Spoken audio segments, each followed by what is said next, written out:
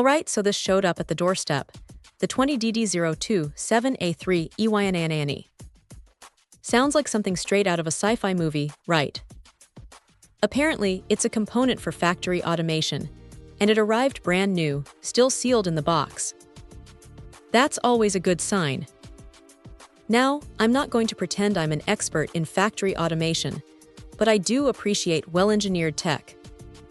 The company behind this, Reeling, seems pretty serious about their work, focusing on automation solutions. They even say they have a team of passionate engineers, which is reassuring. The fact that it's new with a factory seal is a big plus. Nobody wants to get something that's been kicking around a warehouse for years. And Reeling emphasizes their customer service, which is always a good sign. If something goes wrong, hopefully, they'll be responsive. Honestly, without knowing the specific application, it's hard to give a definitive verdict on the 20DD027A3EYNANANE's performance.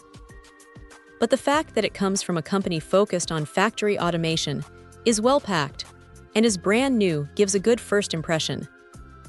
If you're in the market for automation components, this one seems like a solid option to consider, especially with Reeling's promise of customer support.